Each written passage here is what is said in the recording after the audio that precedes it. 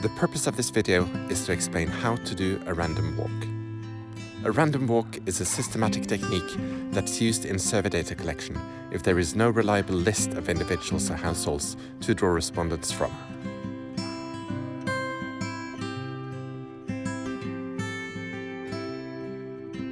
My name is Jessica Hagensanker and I lead the MICNIX survey.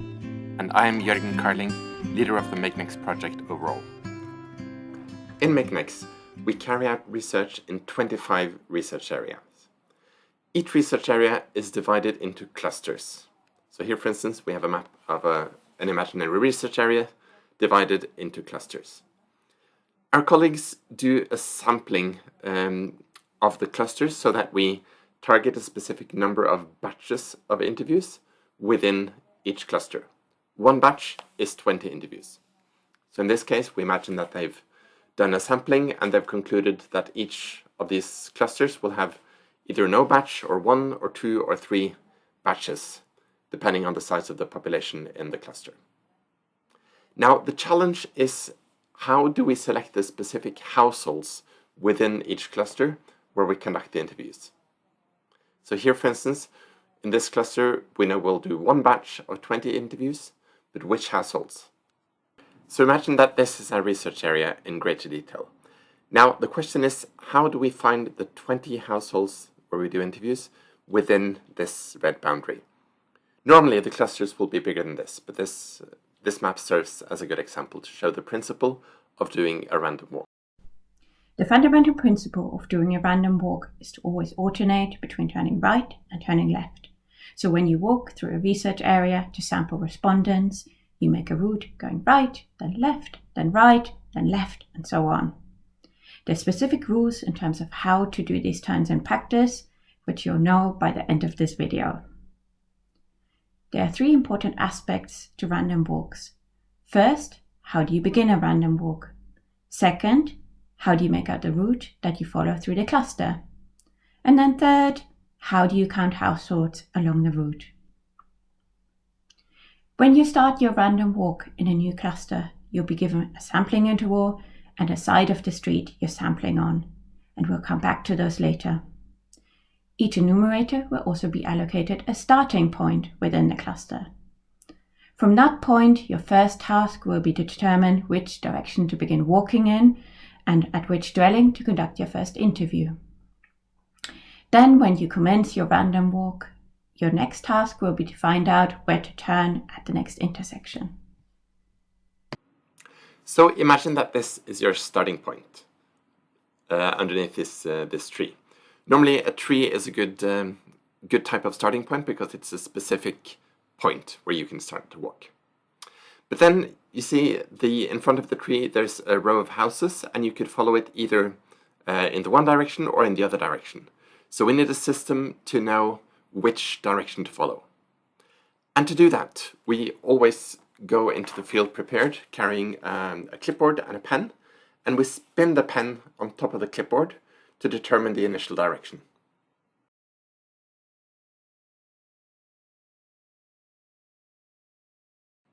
So now we'll talk about a few different types of starting points and what to do in different situations. So here the starting point is right at the cluster boundary, along a road that crosses the boundary and takes us into the cluster.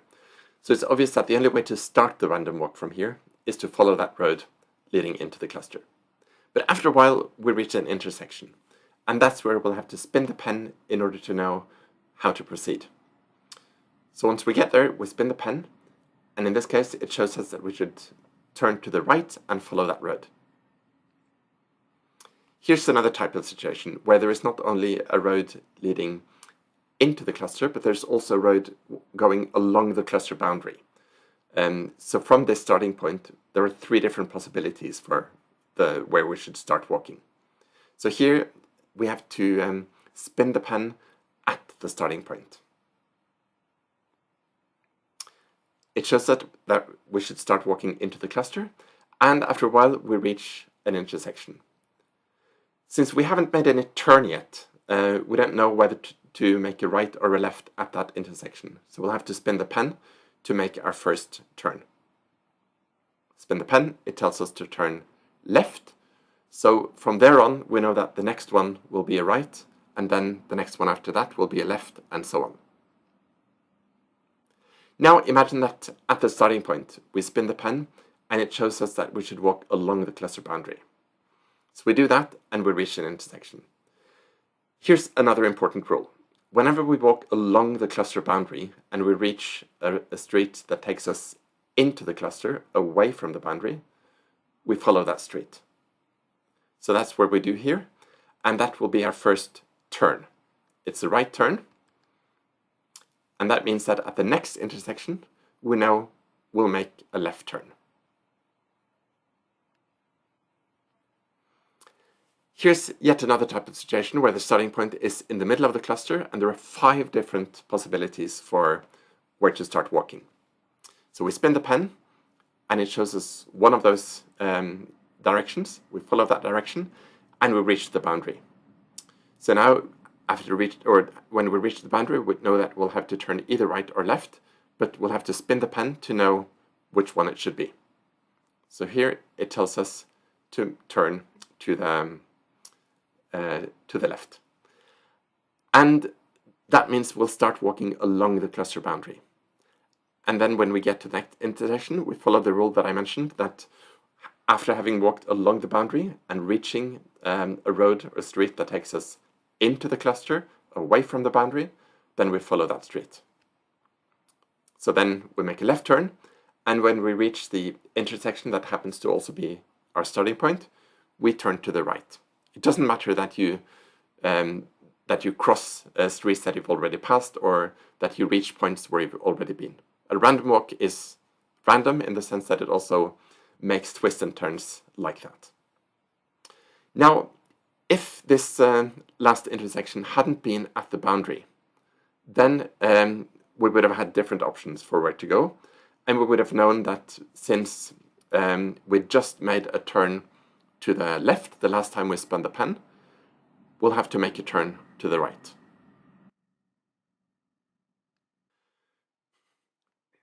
So this is our example cluster again.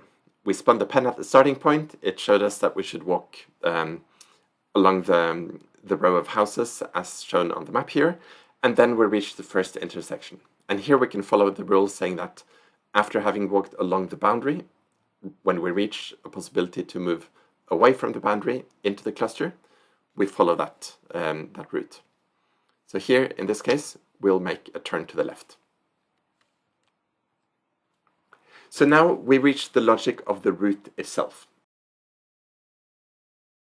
As we mentioned, the basic logic is to alternate between turning right, turning left, turning right, turning left, and so on.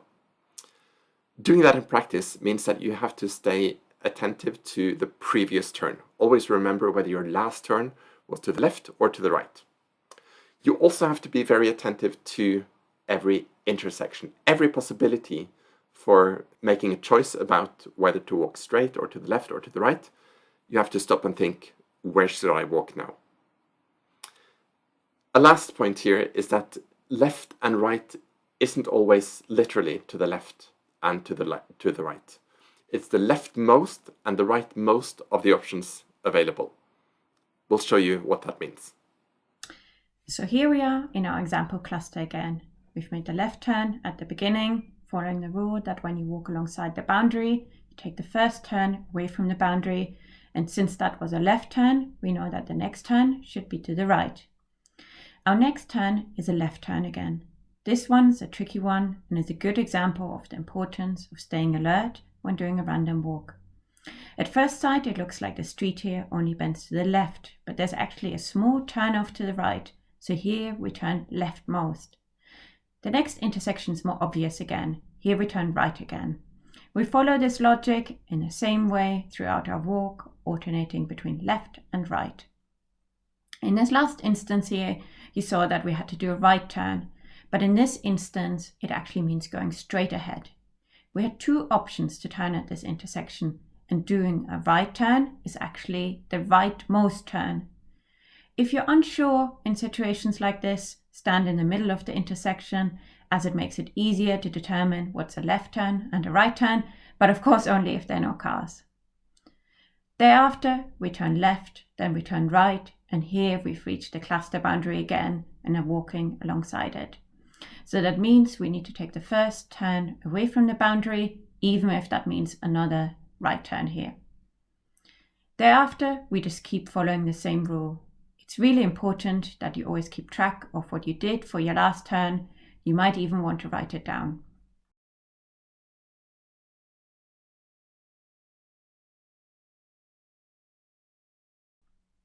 Here you see that we made a right turn, and thereafter the street itself makes a sharp turn to the left. That doesn't matter, it's only the turns that you take at intersections that determine your direction. How the road itself bends doesn't matter. And you keep going in this way until you've reached the end of your random walk. The end of your random walk is determined by the number of interviews you've completed. Your fieldwork supervisor will tell you when to stop. 2 more things to keep in mind. Sometimes you might meet another enumerator and your random walks might even cross. That doesn't matter. You should only never interview the same household. If you take a break while conducting your random walk, you should always note down where you stopped, which household you last counted, and what your last turn was. When you come back, you will commence your random walk exactly where you left it off. As we've already mentioned, intersections can be tricky, so Jürgen will give you some more examples. So here, although it looks like just a street going straight ahead, there are actually 2 intersections. First, there's the possibility to taking off to the right, or you could continue straight ahead, which would then be the leftmost option. And then a little bit further ahead, there's an intersection with a narrow alley taking off to the left, or continuing straight, which would be the rightmost option. So the intersections might not be obvious, but you have to stay attentive to where there is a choice of different directions that you could follow. It doesn't matter if streets are wide or narrow or paved or not.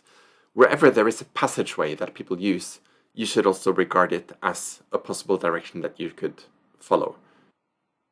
So here's an example where you would have to make a judgment. Is this an intersection or not? I would say that it is, because there is the open space to the right of the road, and people do use it to get to their houses or to other streets. So you could see, for instance, are there tracks in the sand that indicate it being used, or are there houses that have their doors onto that open space in the way that we see that some houses do here. So even though the paved road continues only straight ahead, there is an intersection that you have to take into account when you decide on the route for your random walk. Sometimes you also have to consider what makes up one intersection.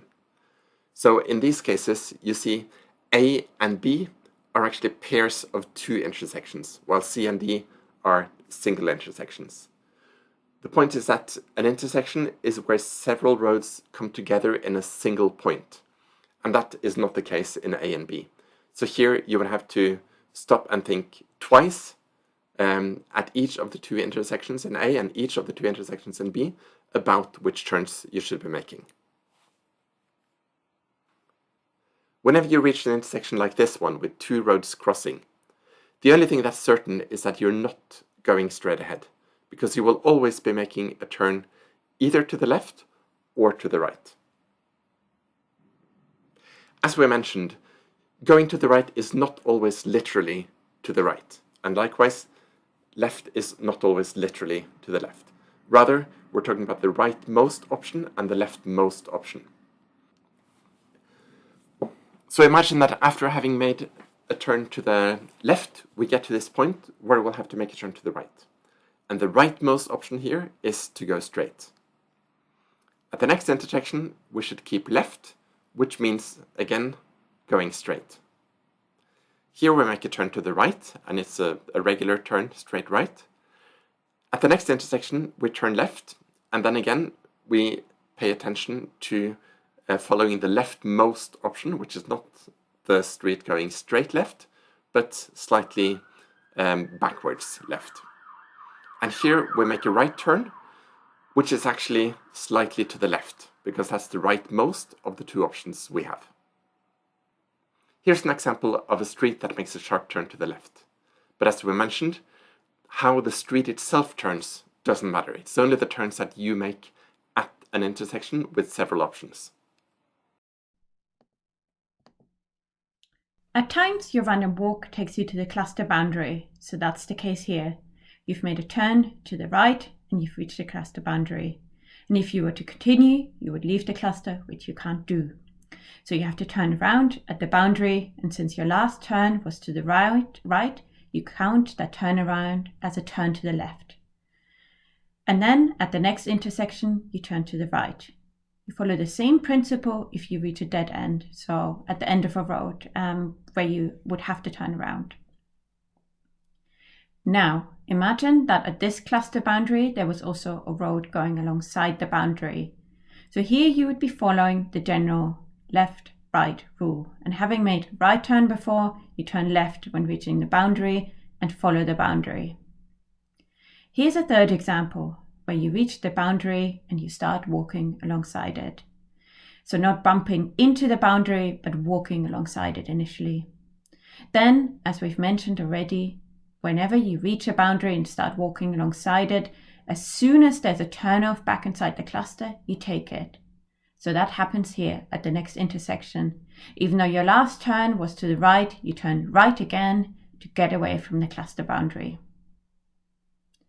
So now you've learned how to determine the route of a random walk. Now you'll learn how to count the houses alongside the route in order to find out which ones should be approached to be interviewed. There are a few important principles here. First, each enumerator is only allocated one side of the road. So each enumerator counts only on the left-hand side or only on the right-hand side. Second, there's a specific gap between the households that you approach called the sampling interval. This can vary from cluster to cluster. So for example, if the sampling interval is 4, it means you count 1, 2, 3, 4 households before knocking on the door of the 4th household to approach them for an interview. Once you're done, you will count 4 households again to reach your next household. There are also a few other rules which we'll cover in detail later on. So imagine that you're about to start the random walk. Now, the first house that you approach is the first eligible house on your side of the street. So here, right next to the starting point, assuming that you're counting on the left, there is a house where someone lives, so you knock on the door and seek to do an interview. After having visited that house, you go out onto the street and you count 1, 2, 3, 4, and then get to the next house where you knock on the door and ask to do an interview, because in this case, the sampling interval is 4. Always, after having knocked on a door, you start counting again with 1. So regardless of whether nobody was at home or the person refused to be interviewed or you did an interview, once you leave that house, you start counting 1, 2, 3, 4, if 4 is the sampling interval, before you knock on the next door. The first important rule in counting is to only include houses where someone lives. Sometimes that isn't obvious. So for example, with a shop, you might be inclined to think that it's not a residential building, but the shopkeeper may actually live there with his family. It could be a house under construction, but someone's already living in the unfinished house, or it could be a nice looking finished house, but it's actually empty and only rented out during the holiday season. The second rule is that you should only include houses that have their front door facing the route. So for instance, we previously showed you a photo of back alleys, stressing that it's important to follow back alleys as part of your route. But if there are only back doors in this alley, you shouldn't count any houses while walking there. Here's an example of counting with a sampling interval of 4. And it shows some examples of which houses to include and to exclude along the route. So first, we see that house B should not be included because their front door is not directly facing the route, since we're turning to the left in that intersection. Then we should also not count house C, because we're only walking along the side of that house, so even if there is a small side door, the main door is not facing the route. Finally, we should exclude house A, and that's because we should assume that we're walking along the middle of the road and then making a turn, and then house A doesn't actually have a door that faces directly to our route. The one next to it, which has the count 2, does have a front door facing the route, so we should include that one, but not A. So think of this middle of the road principle to decide which houses to include and exclude in cases like this one. This illustration is also in the enumerator's guide, and it's a good example to test yourself and consider which of these 6 doors should I be knocking on if I'm counting on the left and turning to the left, counting on the left and turning to the right, counting on the right and turning to the right, and counting on the right and turning to the left. So each of those 4 different scenarios, which of the doors A, B, C, D, E, F should you be knocking on? Test yourself and check the answers in the enumerator guide. The next rule is to count every household in the dwelling. So we're not actually counting houses, we're counting households. And the dwelling here is the building, basically, where there could be either just one household, one family living, or there could be multiple households, like an apartment building with many apartments. So for every building along the route, you have to consider how many families, how many households are there in this building. Sometimes it's obvious from the outside, but often it's not. And then you have to look at details such as the number of doorbells or maybe the number of balconies, and then try to figure out whether someone is also living in the ground floor or whether the ground floor is only used as a commercial space. When it's not possible to see, you might have to ask neighbors or residents or others in the area who would be able to tell you. Here's an illustration of how we do the counting along the route. So we start with house number 1, a regular single household dwelling. Then house number 2 is a bigger house, but we find out that there's only one family living there. So that's number 2. The next house we skip because it's abandoned, nobody lives there. Then we get to an apartment building and we figure out that there are 8 apartments there. And when we have a multi-household dwelling like this one, we always count in a sequence starting from the left to the right and going up, then going down, and if necessary, going up and down again if there are multiple staircases.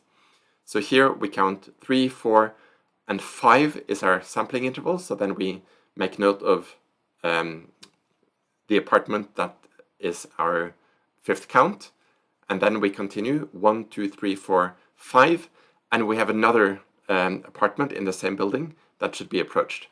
So then we ring the doorbell of the first apartment that we identified. And then afterwards, we go to the other apartment that we had identified in that building. And then after reaching the sampling interval of 5 in the apartment building, we proceed out on the street again. We reach a house where there is a shop on the ground floor, but there's an apartment above it. So that's another household. We start again at 1. Then we get to a building which is only a shop, so nobody lives there. And then we get to another multi-household dwelling with 1 family living on each floor. So we count 2, 3, 4.